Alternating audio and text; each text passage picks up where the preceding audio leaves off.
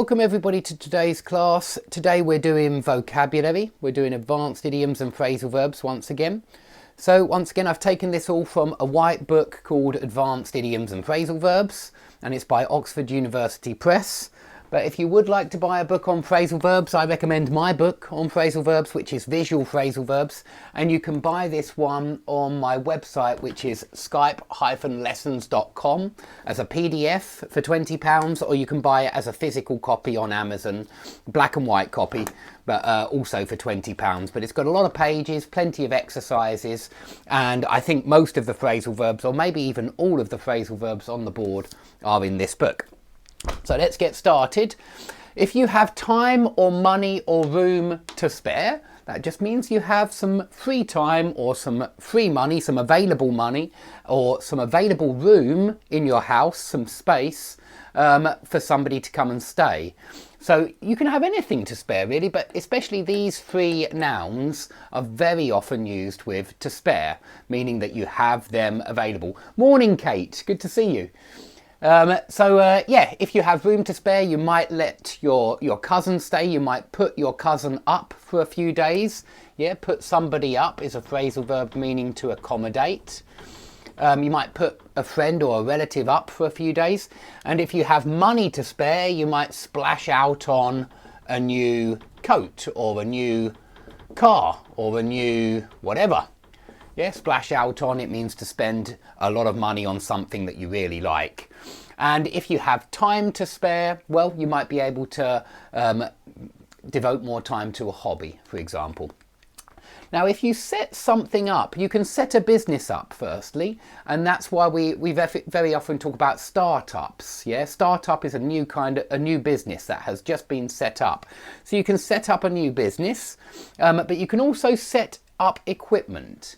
And this would mean to prepare the equipment so that it's ready to use. So you can set up your computer in the morning if it's not ready. You can set it up, plug it in, put all of the wires in, yeah? So there is a slight difference here between put something up and set something up, although they are very close. When you put something up, you normally put it in a standing position. So I have some lights here, believe it or not. I have some lights that I use for the YouTube videos, and I have to put them up before the video. So that would be, they have to stand up, so I have to put them up. You can also put a tent up, yeah, which means to assemble the tent and leave it in a standing position. So when you put something up, you normally set up some kind of equipment, but it's in a standing position. And set something up just means prepare. It doesn't have to be in a standing position, but it just means prepare the equipment so that it's ready to use. But remember that set somebody up is slightly different. If the police set you up for a crime, it means that they frame you. I'm not sure if you're aware of this word, to frame somebody, which means to make them look guilty by putting evidence, perhaps by planting evidence in their pocket, something like that. If the police or if somebody else sets you up for a crime, then it means they make you look guilty for that crime by planting evidence or something like that. So set somebody up is slightly different. So you can see that these phrasal verbs have a lot of different nuances, and that's why I'd like you to buy my book, so that you can understand the slight differences that we have when you have the same phrasal verb but you have 4 or 5 different meanings. Now, if you put somebody's mind at rest or at ease, it means you make that person relax, okay? When you put their mind at rest, you make them relax. And so perhaps you're feeling nervous about something. Perhaps you're nervous about your children's exam results.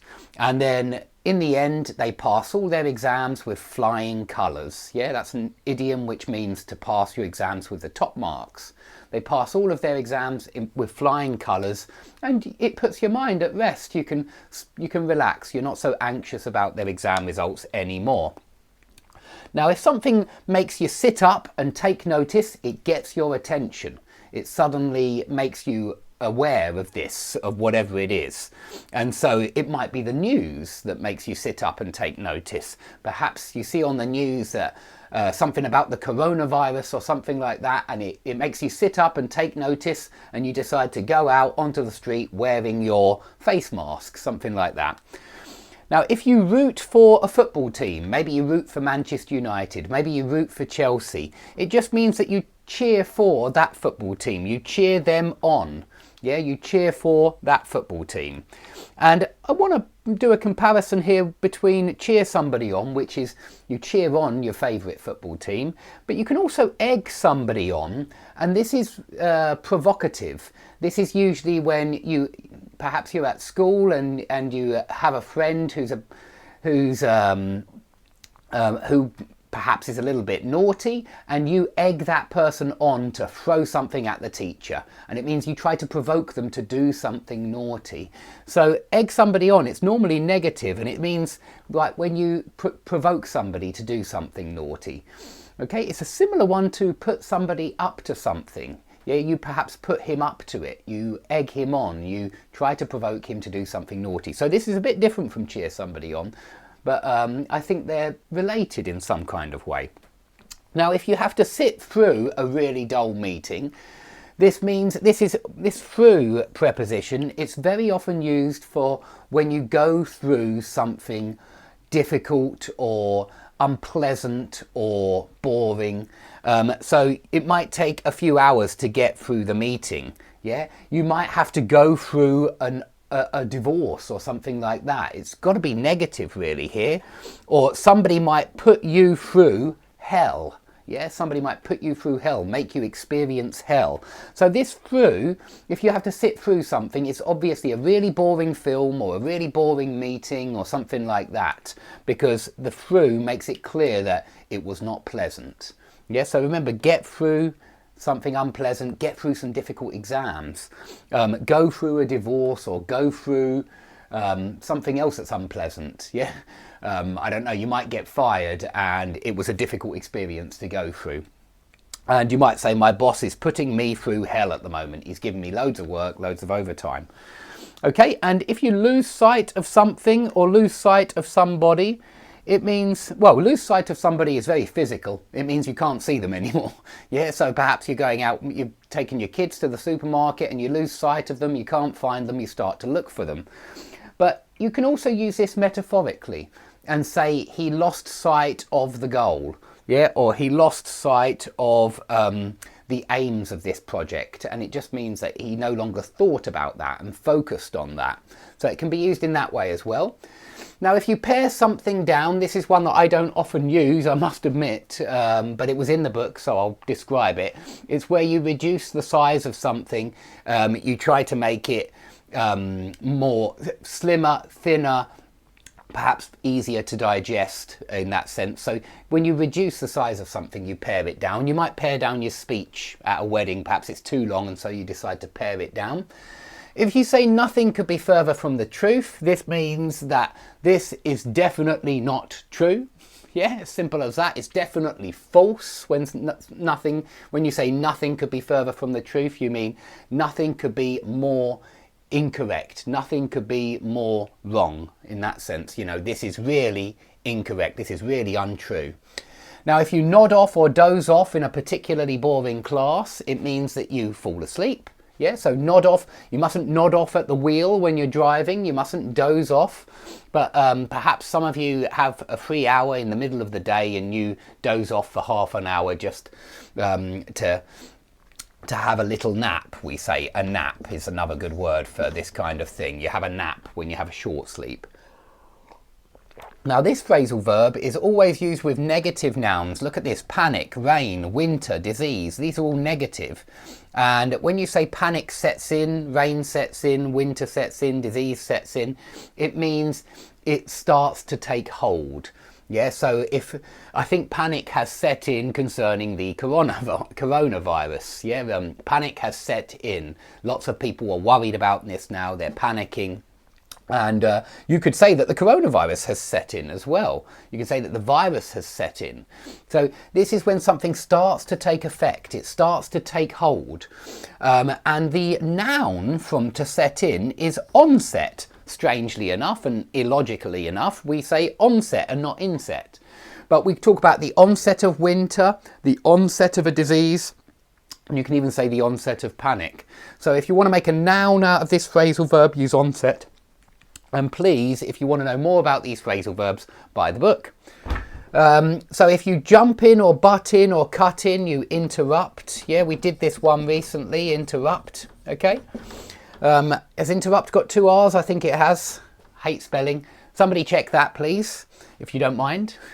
If you talk at cross purposes, this means you're talking to someone and he misunderstands you and you misunderstand him. So you get the wrong end of the stick. It's another way of putting it, but you're both getting the wrong end of the stick, yeah? Get the wrong end of the stick. So you misunderstand each other, and he thinks you mean one thing, you think he means one thing, but you're both mistaken.